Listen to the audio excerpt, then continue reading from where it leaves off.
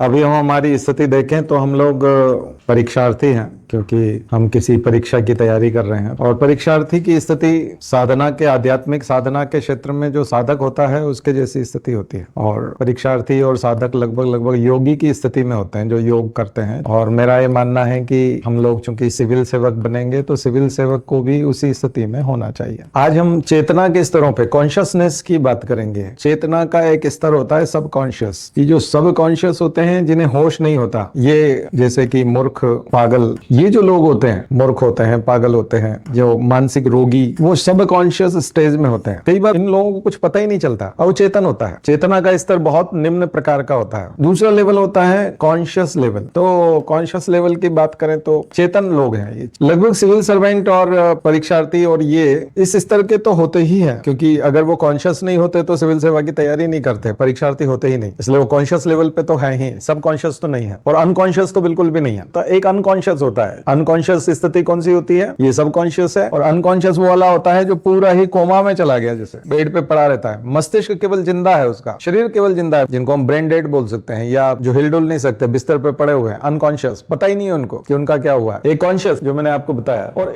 एक होता है सुपर कॉन्शियस। ये जो स्थिति होती है सुपर चेतन, चेतना का स्तर, यहाँ उच्च चेतना अवस्था होती है, तो उच्च स्तरीय चेतना यहाँ काम कर रही होती है। मुझे लगता है कि इस वर्ग को इस तरफ जाना चाहिए, उच्च स्तरीय चेतना की तरफ जाना चाहिए। मुश्किल है थोड़ा सा, लेकिन परीक्षार्थी को, योगी को, साधक को, सिविल सेवक को उच्च स्तरीय चेतना की साधना करनी चाहिए। और उच्च स्तरीय चेतना के लिए सबसे प्राथमिक शर्त है स्वस्थ शरीर। उसमें शरीर का स्वस्थ होना बहुत जरूरी है, क्योंकि उच्च स्तरीय चेतना स्वस्थ शरीर में ही प्रवेश कर पाएगी। और हम बोलते हैं कि दूसरा जो स्टेज होता है स्वच्छ मन, मन स्वच्छ होना चाहिए, स्वस्थ शरीर होना चाहिए, स्वस्थ मन, तो फिर सभ्य समाज बन पाएगा। तो ये सीढ़ी है। और जो सभ्य समाज होगा उसमें कॉन्शियस और सुपर कॉन्शियस लोगों की संख्या ज्यादा होगी, तो वो सभ्य समाज होता है। तो हम लोगों को सुपर कॉन्शियस वाला फिर है ना, थोड़ा सा अलग चीज हो जाती है। कॉन्शियस वाला तो ठीक है, कॉन्शियस तो होगा ही, कॉन्शियस होगा तो समझदार, चालाक। कई बार चोर आदमी भी कॉन्शियस होता है, क्यों पकड़ाता नहीं है। भ्रष्टाचार वाला आदमी जो भ्रष्टाचार करता है, करप्ट आदमी है, वो भी कॉन्शियस होता है कि पकड़ाना नहीं है, लोकायुक्त के चक्कर में नहीं आना, ईओडब्ल्यू वाले कहीं छापा न डाल दें। व्यापारी जो लूटता है वो बहुत कॉन्शियस होता है, लेकिन उसको हम सुपर कॉन्शियस नहीं बोलेंगे। बहुत चालाक आदमी को सुपर कॉन्शियस नहीं कहेंगे। चालाकी तो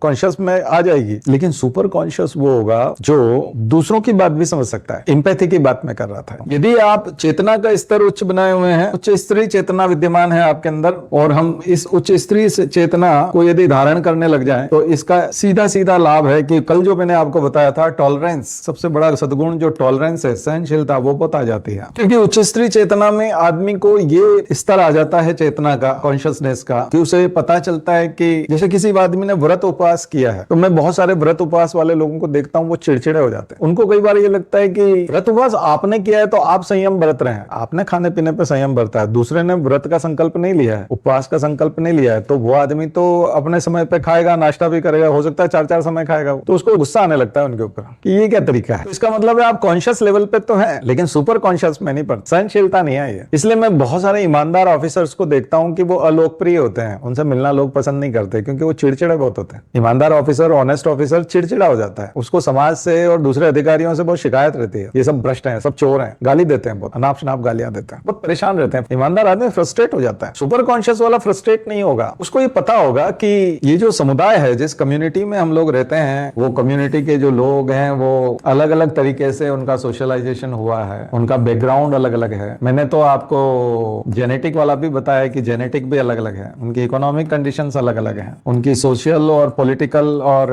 रूरल अर्बन वाली जो स्थिति है वो बिल्कुल अलग है। कोई रूरल से आया है, कोई अर्बन से है, इतने अलग अलग बैकग्राउंड से लोग आए हुए हैं, और वो आपके सिर्फ चारों तरफ छाए हुए हैं। सराउंडिंग आपका जो एटमॉस्फेयर है वो बहुत डाइवर्स है, तरह तरह के लोगों से भरा पड़ा है। जैसा आप सोचते हैं सब चलने लग जाएंगे तो ये गलत है। इसीलिए टॉलरेंस होना बहुत जरूरी है, और वो उच्च स्तरीय चेतना आने के बिना नहीं हो पाता। अगर उच्च स्तरीय चेतना आती है तो फिर टॉलरेंस आता है। कॉन्शियसनेस में नहीं आती, सुपर कॉन्शियस में आती है। तो हमको सुपर कॉन्शियस माइंड की जरूरत पड़ेगी। माइंड को कैसा बनाना पड़ेगा? सुपर कॉन्शियस, तब ज्यादा सफलता मिलेगी। अदरवाइज हम केवल सर्वाइव करेंगे। कॉन्शियस वाले में हम सिर्फ सर्वाइव करेंगे, खींचते रहेंगे, चिढ़ते रहेंगे, लाइफ निकल जाएगी, लेकिन हम प्रसन्न कब रहेंगे? तो इसलिए सहनशील होना पड़ेगा। और एक सबसे शानदार चीज हमारे यहाँ एक कोटेशन में भी दी गई है, वो है शालीन रहना पड़ेगा। बहुत मुश्किल है कि आपका मन का ना हो और आप शालीन भी बने रहो। शालीनता आदमी छोड़ देता है। हमारे गुरुजी ने कोटेशन बताया था, परम पूज्य गुरुदेव हमारे पंडित श्री राम शर्मा आचार्य जी, गायत्री परिवार के संस्थापक, शालीनता बिना मोल मिलती है, परंतु उससे सब कुछ खरीदा जा सकता है। और वो शालीनता कैसे बनी रहेगी वो मैंने आपको बताया। इंग्लिश में वर्ड बोलते हैं gentleman, gentle behaviour, B gentle in all circumstances. Gentle बने रहिए, शालीन बने रहिए। और शालीन बने रहने के लिए सबसे इंपॉर्टेंट चीज है कि स्वस्थ शरीर हो, उसमें स्वच्छ मन हो, और फिर आप अपने दिमाग को सुपर कॉन्शियस